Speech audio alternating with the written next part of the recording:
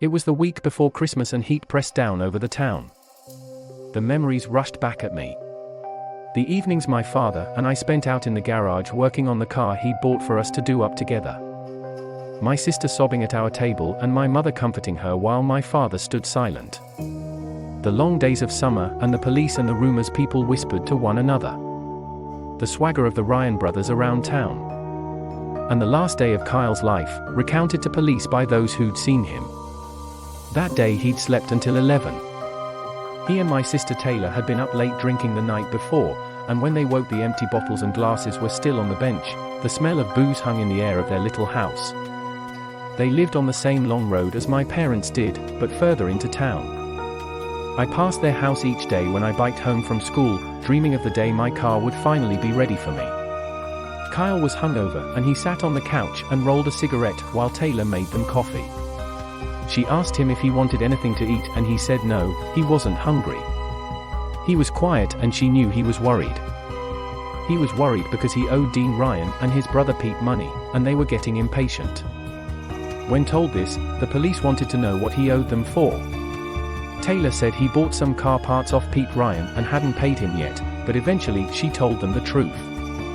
By then he'd been found and lay cold in the morgue, and she wasn't worried anymore about what might happen to him. It already had. Kyle drank his coffee and smoked 2 cigarettes one after the other, then he showered and pulled on the jeans and navy t-shirt he would die in. He told her he was going to visit a friend and drove out the way he always did, tires squealing, sending up a cloud of dust which hung in the still air. At the mobile on the corner, he pulled in to buy more cigarettes and an energy drink. While he was stood there at the counter, Pete Ryan walked in and came up behind him. "I'm coming to collect today," Pete said. That was what the cashier heard him say, and she didn't know what it meant. She said Kyle didn't reply, or if he did, she didn't hear it. Or maybe she knew more, just like we all knew more, and didn't want to get on the wrong side of the Ryan brothers.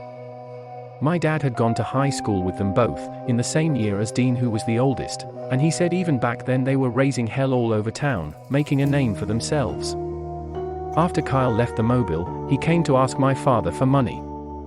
When he pulled in, Dad and I were out in the garage, tightening the brakes in the car. We'd spent the last 6 months working on it. Just like he promised it would be, now that I could drive it was almost ready.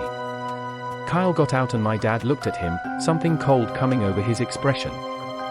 He stood silent and waited. "Can we talk?" Kyle asked him. They headed inside to the kitchen. A minute later I followed and sidled up to the door, stood silent, hardly breathing. Dad was standing against the bench with his arms folded, Kyle in front of him with desperation sliding off him. "Please, I wouldn't ask you if I had anyone else to go to. I swear to God, I'll pay you back. I just owe Pete for this car I bought off him." My father cut him off with a hard laugh. "That piece of shit you're driving's not worth $500, let alone $5,000. You come here begging me for money, at least have the guts not to lie about why."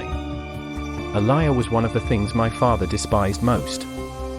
Almost as much as he did a man who would hit a woman. My sister's boyfriend was both those things. "All right, but it's not what it sounds like," Kyle said, his tone thin and pleading. A way I'd never heard him speak to my sister. For her he'd never crawled. "I sold some pot for them, and I owe them money from it. It was only a one-time thing, I just got to get square with them." It was a version of the story I'd heard, which was that he'd been selling a long time for them. And he'd only skimmed a small amount, but they'd added interest. Dad stood up straight from the bench, and even though he was the same size as Kyle, he seemed to loom over him. "You want me to fix your mess now? What sort of man are you?" It was a question both asked and answered in his scathing tone. A liar. A coward. The worst kind. I knew exactly what sort of man my father was, what he expected me to be. A man who was strong, who didn't cry or complain, who took care of his family. Then my dad spoke again. "I know what kind of trouble you're in. I'll pay the Ryan brothers off for you, and you leave town, leave my daughter. That's the deal." Kyle made an odd noise, helpless and angry sounding.